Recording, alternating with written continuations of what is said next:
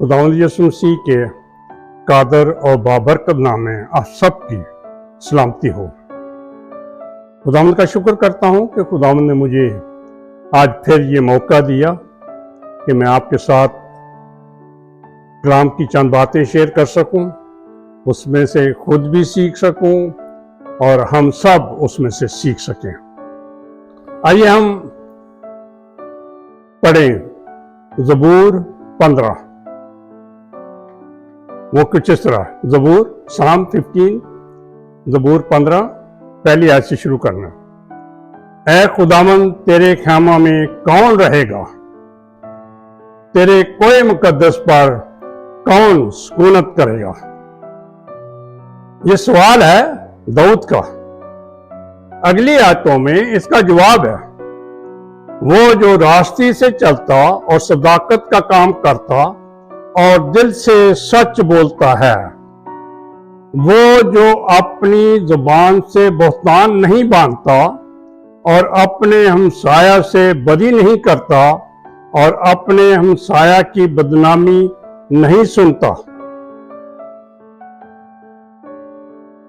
चौथी आयत, वो जिसकी नजर में रजील आदमी हकीर है। रजील का मतलब है गनौना, घटिया,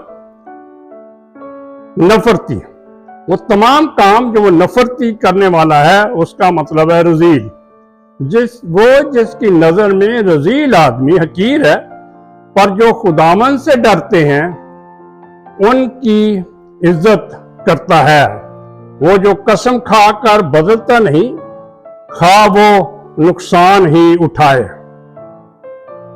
वो जो अपना रुपया सूद पर नहीं देता और बेगुनाह के खिलाफ रिश्वत नहीं लेता, ऐसे काम करने वाले कभी जुम्बश ना खाएगा। खुदावंद के कलाम के पढ़े और सुने जाने पर उसकी बरकत हो, आमीन। ये दाऊद का सवाल है कि कौन तेरे ख़ैमा में रहेगा और कौन कोहे मुकद्दस पर सुकूनत करेगा। दाऊद के मुतल्लिक हम पढ़ते हैं ज़बूरों में, वो कई कई घंटे रात के पहरों में उठकर खुदावंद की हुजूरी में बैठा रहता था। उसको खुदावंद की हुजूरी का शख्सी तजर्बा था। हम पढ़ते हैं उसके मुतल्लिक कि वो एक गरीब लड़का था, भेड़ बकरियां चराता था। जब वो भेड़ बकरियां चर रही होती थी और उसके पास थोड़ा टाइम होता था तो वो क्या करता था, वो खुदावंद की हमद के गीत गाता था। यानी हर वक्त खुदावंद की हुजूरी में रहता था।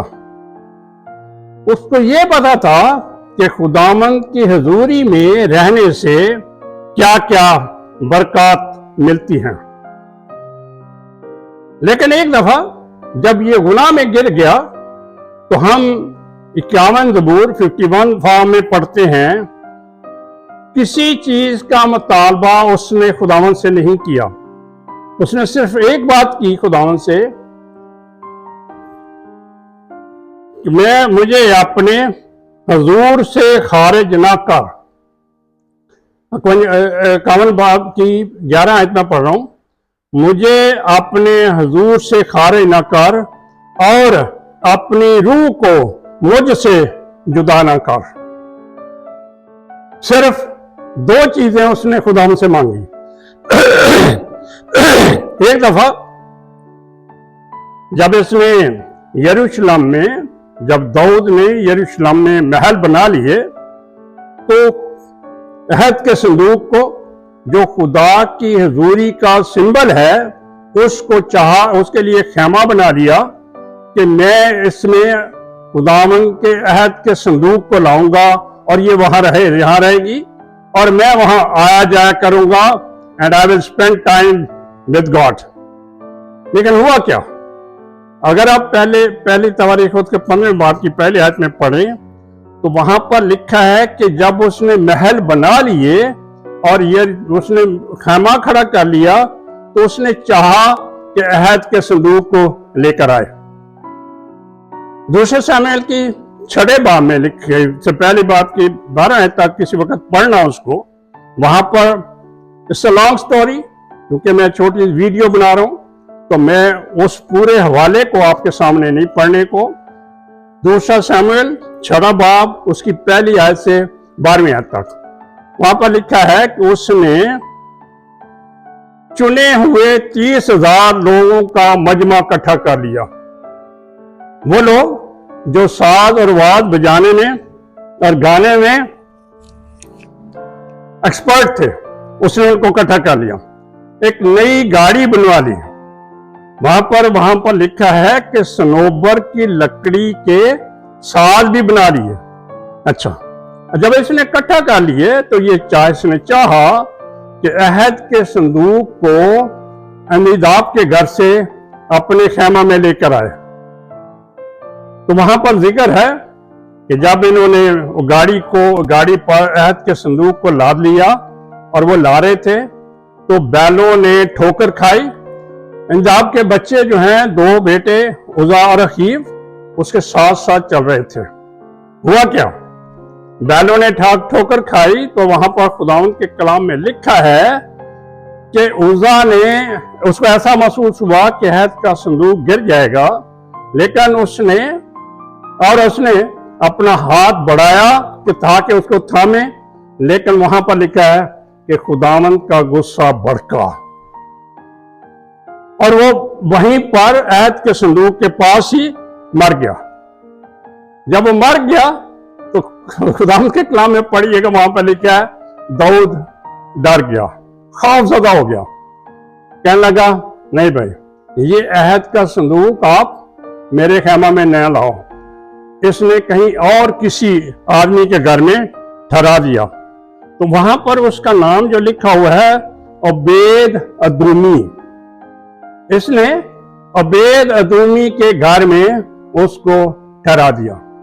अब हुआ जब उसको ओबेद अदूमी को खबर मिली कि अहद का संदूक जो है मेरे यहां आने को है, तो उसने कहा ठीक है, आप मेरे घर में ले आइए। अहद का संदूक सिंबल है खुदावंद की हजूरी। तो जब खुदावंद की हजूरी ओबेद अदूमी के घर में आ गई तो वो बड़ा खुश हुआ और खुदावंद ने वहां पर उसको वहां पढ़ते हैं कि खुदावंद ने अहद के संदूक की वजह से उसको बरकत देनी शुरू कर दी। उसके घर पर बरकत आ गई, उसके बच्चों पर, उसकी हर चीज पर, उसके आने जाने पर बरकत आ गई। यानी अहद के संदूक यानी खुदावंद की हजूरी के आने की वजह से उसके घर में बरकत आ गई। आगे हम पढ़ते हैं, दाऊद को खबर मिली कि अहद के संदूक की वजह से ओबेद अदूमी को बड़ी बरकत मिली है। तो उसने कहा ठीक है। इन द मीन टाइम जब ये हादसा हो गया तो इसने नविश्तों की छानबीन की कि हमें किस तरह से अहद के संदूक को लाना चाहिए। पर इसको मालूम हो गया कि ये खुदावंद के अहद के संदूक को सिर्फ लाबी भी उठा सकते हैं। इसको यहां पर लिखा है कि हमसे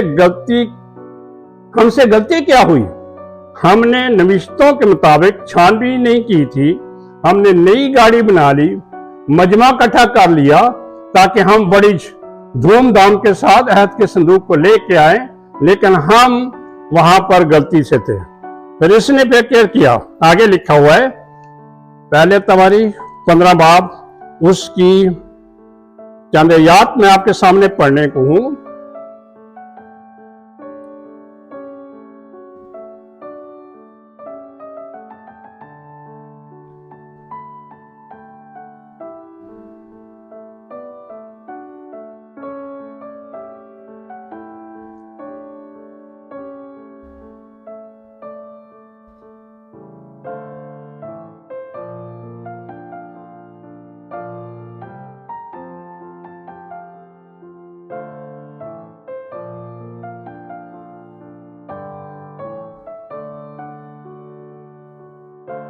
अब यहां पर लिखा है पहली तवारीख 15 बाब उसकी चंद याद मैं आपके सामने पढ़ने को। और दाऊद ने दाऊद के शहर में अपने लिए घर बनाने और खुदावंद के अहद के संदूक के लिए एक जगह तैयार करके उसके लिए एक खैमा खड़ा किया। तब दाऊद ने कहा कि लावियों के सिवा किसी को खुदा के संदूक को उठाना नहीं चाहिए, क्योंकि खुदावंद ने उन्हीं को चुना है कि खुदा के संदूक को उठाएं और हमेशा उसकी खिदमत करते रहें। अभी मैं आपके सामने 12वीं आयत पढ़ने को हूं। वहां पर लिखा है, और उसने कहा, तुम लावियों के भाई खानदानों के सरदार हो, तुम अपने आप को पाक करो, तुम भी और तुम्हारे भाई भी, ताकि तुम खुदावंद इस्राएल के खुदा के संदूक को उस जगह जो मैंने उसके लिए तैयार की है ला सको। क्योंकि अब इसमें दाऊद अपनी गलती का, गुनाह का इकरार करता है। लिखा है, क्योंकि जब तुमने पहली बार उसे ना उठाया तो खुदावंद हमारा खुदा हम पर टूट पड़ा, क्योंकि हम आइन के मुताबिक उसके तालब ना हुए। दाऊद को पता चल गया कि अगर हम आइन के मुताबिक खुदावंद की हुजूरी में नहीं आते तो नुकसान होता है, आदमी मर जाते हैं। आगे चलें, आगे 25वीं आयत इसी बात की 25वीं आयत में लिखा है, सो दाऊद और इस्राएल के बुजुर्ग और हजारों सरदार रवाना हुए, हजारों के सरदार रवाना हुए और खुदावंद के अहद के संदूक को ओबेद अदोमी के घर से खुशी मनाते हुए लाए। और ऐसा हुआ कि जब खुदा ने उन लावियों को जो खुदावंद के अहद के संदूक को उठाए हुए थे मदद की, तो उन्होंने 7 बैल और 7 मेंढे कुर्बान किए। और दाऊद और सब लावी जो संदूक को उठाए हुए थे, गाने वाले और गाने वालों के साथ कनानिया जो गाने में उस्ताद था, कनानी पहरानों से मुलव्वस थे, और दाऊद कतान का अफूद भी पहने था।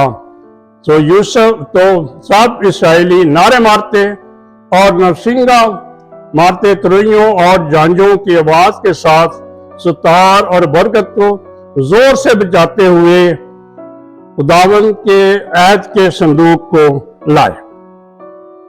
हम ये सारे हवाले में जो मैंने आपके सामने बैकग्राउंड पेश की है, उसमें ये सारा है कि दाऊद की सबसे बड़ी ख्वाहिश थी कि वो खुदावंद की हुजूरी को यानी अहद के संदूक को अपने यहाँ लेके आए।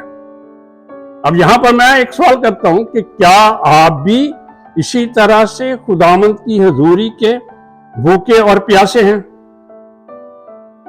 दाऊद ये जानता था कि खुदावंद की हुजूरी में आइन के मुताबिक आने से बरकत मिलती है, लेकिन आइन के मुताबिक ना आने से नुकसान होता है। एक दफा खरूज 35 बाद में जिक्र है कि जब ये मुकालमा जो है ये मूसा के साथ खुदावंद का हुआ, तो खुदावंद ने एक दफा कहा कि तुम एक गर्दन कश कौम हो, तो मैं तुम्हारे साथ नहीं आ रहा। तो मूसा ने कहा कि खुदावंद, अगर तू हमारे साथ नहीं आ रहा तो हमें एक कदम भी आगे ना ले जा। यानी मूसा को भी पता था कि जब तक खुदा की हुजूरी हमारे साथ नहीं, हम कामयाब नहीं हो सकते। लेकिन वहां पर लिखा है, जब तू हमारे साथ ना हो तो दुनिया कैसे जानेगी कि हम निराले लोग हैं। चले वापस आते हैं बाब अपने सब्जेक्ट की तरफ, जो मैंने आपके सामने सबसे पहले पढ़ा, ज़बूर 15, उसके तरफ आते हैं। अब ज़बूर 15 जो है उसमें हमने सबसे पहले पढ़ा, ऐ खुदावंद तेरे ख्यामा में कौन रहेगा, कौन तेरे मुकद्दस पर, तेरे कोई मुकद्दस पर कौन सुकूनत करेगा। पहली बात लिखी है, वो जो रास्ते से चलता और सदाकत का काम करता और दिल से सच बोलता है, वो तेरे कोई मुकद्दस पर सुकूनत करेगा। ये वो जो रास्ते, ये किरदार की बात है कि किरदार में किसी किस्म का कच्चापन ना रहे। बुनियादें जो हैं वो कलाम की बुनियादें, कलाम की जड़ें इंसान के अंदर मजबूती के साथ मड़ी हुई हो, कोई किसी किस्म के उसके किरदार में दोगलापन ना हो। हम देखते हैं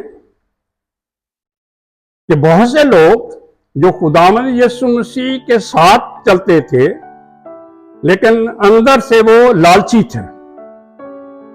सबसे पहली मिसाल जो है वो है यहूदा अक्सयूती की, कि सब शागिर्दों से ज्यादा पढ़ा लिखा था, यहां तक कि उसको उन्होंने खजांची बना दिया, लेकिन अंदर से वो लालची था। वो चुपके चुपके चोरी चोरी पैसे चोरी करता था। और लास्ट में भी वही एक बंदा था जिसने खुदावंद यीशु मसीह के साथ। दूसरी जो मिसाल है वो है एक शमौन की। ये माल की किताब में है 8वें बाब में। उसका जिक्र ये है कि शमौन इनफैक्ट एक जादूगर था, सामरिया का रहने वाला था, खुदावंद को नहीं जानता था, लेकिन अपने जादू से सामरिया के लोगों को बहुत हैरान रखता था। अजीब अजीब जादू के करतब दिखा के उनको हैरान रखता था। तो वहां पर लिखा है कि वहां पर फिलिप्पस आ गया। तो फिलिप्पस ने जब मनादी शुरू की, तो फिर जब उसने मनादी शुरू की तो बहुत से लोगों ने उस कलाम के वसीले से, जो फिलिप्पस वहां पर सुनाता था, उसके वसीले से खुदावंद ने, बहुत से लोगों ने खुदावंद को कबूल किया, बपतिस्मा लिया, पाकरू के बपतिस्मे हो गए, उसकी जमात बढ़ने लगी। तो फिलिप्पस ने जब ये देखा कि इसके पास वो पावर बड़ी है जो मुझसे बड़ी है, इसने भी सारे तमाशे छोड़ दिए, इसने तौबा कर ली, पानी का बपतिस्मा ले लिया और शागिर्दों के साथ मिलकर खिदमत शुरू कर दी। तो जब ये लोग इतने ग्रुप में बढ़ते जा रहे थे तो वहां पर जिक्र है कि पतरस वहां पे आया। तो वहां पर जिक्र है कि पतरस ने जब लोगों पर खुदा हाथ रख के दुआ करनी शुरू की तो लोगों को पाकरू के बपतिस्मे मिलने शुरू हो गए। अब इसने देखा कि ये तो और भी ज्यादा कुव्वत वाली बात है। अब इसने क्या किया, इसने कहा अच्छा ठीक है। इसने ऐसे जेब में से पैसे निकाले तो कहने लगा ये ले लो पैसे, और ये जो कुव्वत है ना तुम्हारे पास, ये कुव्वत मुझे भी दे दो। अगर हम पढ़े वहां पर तो लिखा है कि तेरे पैसे, पतरस ने उसको जवाब दिया कि तेरे पैसे तेरे साथ गारत हूं। तू खुदा के नजदीक रास्त नहीं, इंसान के नजदीक तो रास्त हो सकता है, लेकिन तू खुदा के नजदीक रास्त नहीं है, तौबा कर। मैं सोच रहा था कि शायद अगर, पता नहीं कितने पैसे दे रहा था वो, लेकिन शायद मेरा ख्याल है कि आजकल का जमाना होता तो हम कहते ले लो पैसे भाई जी, ये नहीं गल ठीक, तुसी एहो जे काम ऐसा ना दो। खैर एनीवे, उसने उस सारे पैसे को ठुकरा दिया क्योंकि पतरस की जड़ें जो थी वो मजबूत थी। अब दूसरी बात जो है वहां पर लिखा है, वो जो अपनी जुबान से बोहतान नहीं बांधता। अब ये बोहतान लफ्ज जो है, ये अगर आप इसको इंग्लिश में देखें तो वहां है बैक बाइटिंग। तो बैक बाइटिंग जो है ये है, हम जो सब जानते हैं, चुगली करना। तो ये जो चुगली करना है नहीं, ये मेरा ख्याल है कि ये बड़ी पसंदीदा चीज है, हम सब बहुत पसंद करते हैं। और ये इसका मतलब ये है कि जब कोई आदमी वहां पर मौजूद ना हो और उसके खिलाफ बातें कर करके उसकी किरदारकशी करना, और अगर वो अचानक आ जाए तो उसके सामने ही उसकी खुशामद भी करनी शुरू कर देना। तो वो जो अपनी जबान से बोहतान नहीं बांधता और अपने दोस्त से बदी नहीं करता, वो तेरे कोई मुकद्दस पर सुकूनत करेगा। अगली जो बात है वो ये है कि वो जो अपने हमसाया की बदनामी नहीं चाहता, अपने हमसाया की बदनामी नहीं सुनता। मैं इसके लिए देख रहा था कि आम तौर पर हम जो पड़ोसी हम अखस करते हैं कि ये जो मेरे साथ चलता है ये मेरा पड़ोसी है। मैं जब इसको थोड़ा सा और ज्यादा देख रहा था तो ये क्या, यहूदी कौम मसीह के जमाने में यहूदी कौम अपने बनी इस्राएली लोगों को ही सिर्फ अपना हमसाया समझते थे, लेकिन खुदावंद के कलाम में लिखा है, तू अपने लिखा है अपनी मानद अपने हमसाया से मोहब्बत कर, अपने पड़ोसी से।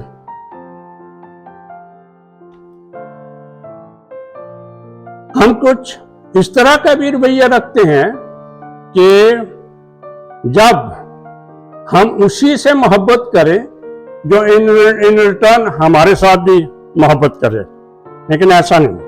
खुदावंद के कलाम में लिखा है कि तू अपने पड़ोसी से, एक बहुत मशहूर मिसाल है जो नेक सामरी की है। तो वहां पर वो उसने बताया कि तू तेरी दानिश में इसका कौन पड़ोसी है, तो उसने कहा जिसने उस पर रहम किया। तो उसने कहा जैसा उसने किया तू भी कर।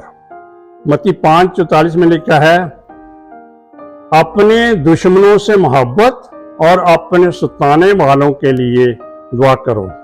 यानी खुदावंद के नजदीक ये सिर्फ एक महदूद लिमिटेड लोगों तक नहीं है, लेकिन अगर हम देखें यूहन्ना 3:16 में तो वहां पे लिखा है, क्योंकि खुदा ने दुनिया से ऐसी मोहब्बत रखी कि उसने अपना इकलौता बेटा बख्श दिया, ताकि जो कोई यहां पर जो कोई जो है वो ये जाहिर करता है ऑल द वर्ल्ड, कोई किसी किस्म का स्पेसिफिक बंदा नहीं है, बल्कि हर एक जो कोई उस पर ईमान लाए हलाक ना हो बल्कि हमेशा की जिंदगी पाए।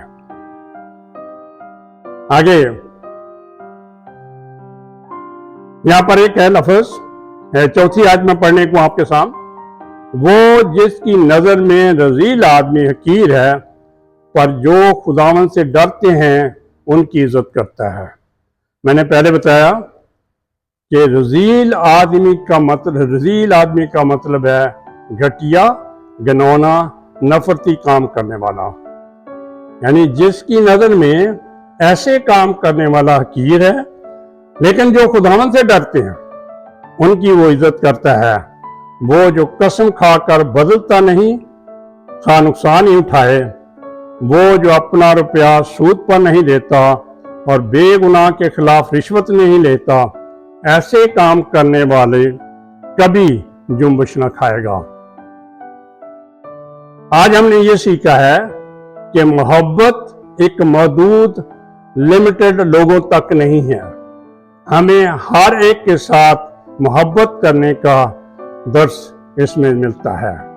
तो आइए हम इस कलाम के वसीले से बरकत पाएं और दूसरों के साथ शेयर करें खुदावंद आप सबको बड़ी बरकत दे। हालेलुया।